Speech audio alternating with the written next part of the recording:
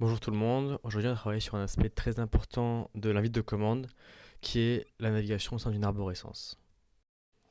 Donc on va voir différentes choses. Tout d'abord, comment est-ce qu'on fait pour se déplacer à l'intérieur de dossiers, comment est-ce qu'on fait pour en créer, la commande pour afficher le répertoire courant, qui parfois peut être très utile, ainsi que celle pour afficher l'arborescence du dossier dans lequel on se trouve, c'est-à-dire les dossiers et tous les sous-dossiers qui s'y trouvent.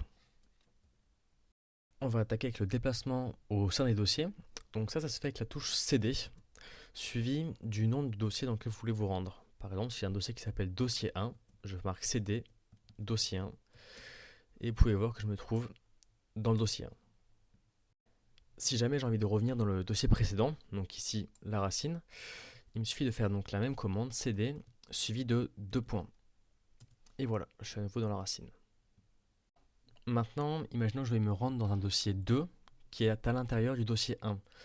Au lieu de faire 2 fois la commande CD, d'abord avec dossier 1 puis avec dossier 2, je peux marquer CD suivi de chemin complet pour aller au dossier 2. Donc tout d'abord on va dans le dossier 1 slash dossier 2 qui est celui qui nous intéresse.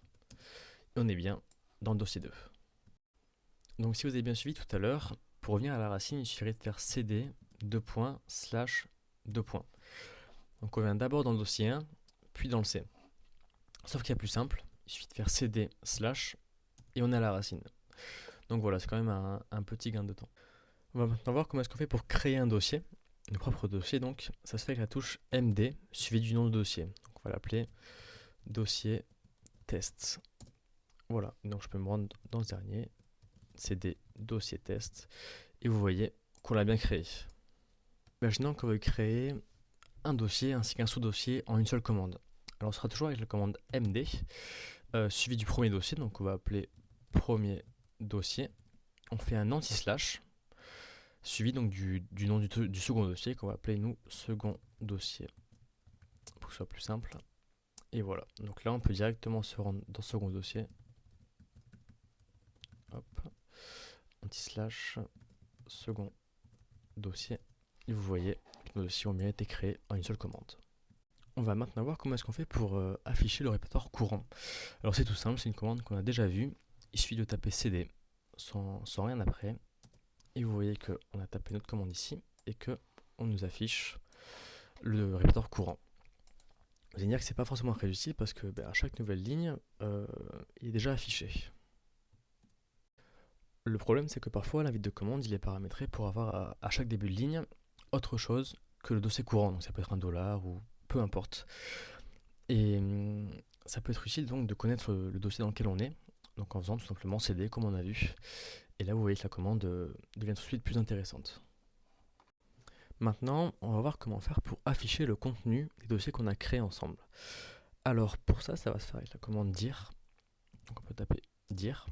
Et là, on voit les différents dossiers et fichiers. Bon là, on n'a que des dossiers qui sont dans dossier, donc le dossier dans lequel on est.